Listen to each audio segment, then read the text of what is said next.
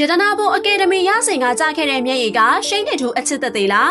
ရတနာဘုံနဲ့ရှိန်တီထူတို့နှစ်ယောက်ကတော့နောက်ပိုင်းတပူပူတွဲတွေတွေ့နေရတဲ့အတွက်ကြောင့်ပရိသတ်တွေစီကနေတိုးလော်မေးခွန်းတွေကြားလာနေရတာပဲဖြစ်ပါတယ်။ဘုံနဲ့ရှိန်တို့ကတော့ဘာဆိုဘာမှမပြောလာသေးပဲဒီအတိုင်းငြိမ်နေကြတာဖြစ်ပါတယ်။ရတနာဘုံနဲ့ရှိန်တီထူတို့နှစ်ယောက်ဟာဆိုရင်မဟာရဲ့ဇလန်တွေကနေပဲနှစ်ယောက်သားကတွေ့ရှိခဲ့ကြပြီးခုဆိုရင်ဇက်ကတကားမှာပါအတူတူတွဲမြင်လာနေရပြီပဲဖြစ်ပါတယ်။အဲဒါကြောင့်နှစ်ယောက်သားကဘာမှထုတ်ပြောလာခြင်းမရှိရကြောင်းပရိသတ်တွေကတော့အားမလို့အားမရဖြစ်နေကြတာပါ။ဘုံနဲ့ရှိန်တို့နှစ်ယောက်ကတော့မနဲ့မောင်ဆက်ဆက်ရေးလေးဖြစ်တာကြောင့်တကယ်သာတွဲဖြစ်သွားရင်ချစ်စရာကောင်းတဲ့စုံတွဲလေးဖြစ်သွားနိုင်မှာမို့လို့ပရိသတ်တွေကအထူးတက်လဲစောင့်ကြည့်ပြီးမျှော်လင့်စောင့်စားနေကြတာပဲဖြစ်ပါတယ်။ပြီးခဲ့တဲ့အကယ်ဒမီပေးပွဲမှာလည်းရတနာဘုံအကယ်ဒမီရတဲ့အခါမှာရှိန်တင်ထူးကအရန်ကိုပြောနေခဲ့ပြီးဝမ်းသာပီတိမျက်ရည်တွေပါကြားခဲ့တာကြောင့်ဘေးမှာရှိနေတဲ့သူတွေကတော့သိနေကြပြီပဲဖြစ်သလိုပရိသတ်တွေလည်းတော်တော်လေးကိုမှရိပ်မိနေကြပါပြီ။နှစ်ယောက်စလုံးသာကွန်ဖန်လိုက်ရင်တော့ပရိသတ်တို့မျှော်လင့်နေတဲ့ချစ်စရာကောင်းတဲ့စုံတွဲလေးဖြစ်လာမှာပါ။ပရိသတ်တို့အနေနဲ့ရတနာဘုံနဲ့ရှိန်တင်ထူးတို့နှစ်ယောက်ကိုသဘောတူကြလား။ကြည့်ရှုပေးခဲ့တဲ့အတွက်ကျေးဇူးတင်ပါတယ်ရှင်။